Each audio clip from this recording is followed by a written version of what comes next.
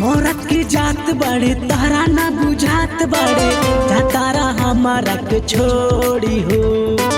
फागुन महीनावा में रोजे एक दिनवा में दौरा भइले मुँह जोर हो।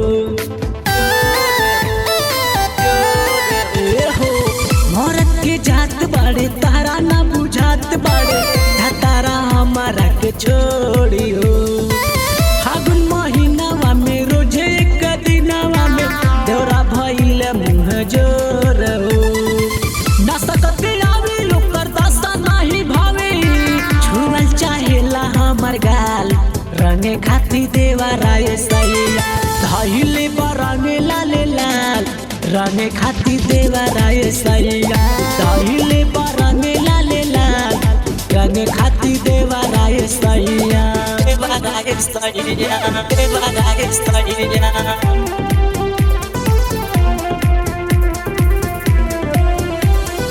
धइले बरंगे लाले लाल लाल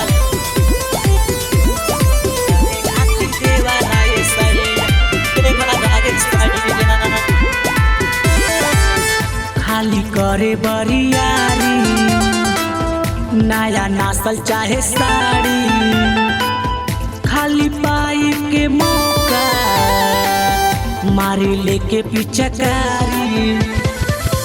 खाली करे बरियारी नया नस्ल चाहे साड़ी खाली पाई के मौका मारे लेके पिचकारी।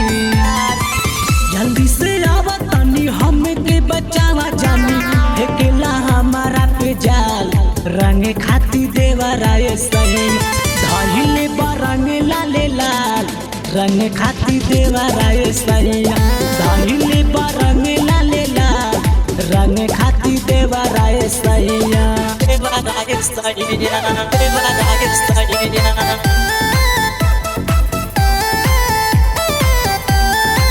धइले बरंगे लाले लाल लाल लाल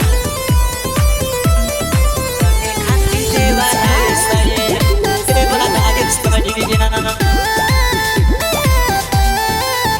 रखवाला समझावा दूरे तनी तू हटावा ना तो होई झमेला आके तू ही त लगावा। रखवाला समझावा दूरे तनी तू हटावा ना तो होई झमेला आके तू ही त लगावा। मोरिया चंद्रशेखर खाली छुआ तारे हाली हाली हमरा के कहा तारे माल रंगे खाती देवा राय सैया धइले बरंगे लाले लाल रंगे खाती देवा राय सैया धइले बरंगे लाले लाल रंगे खाती देवा राय सैया।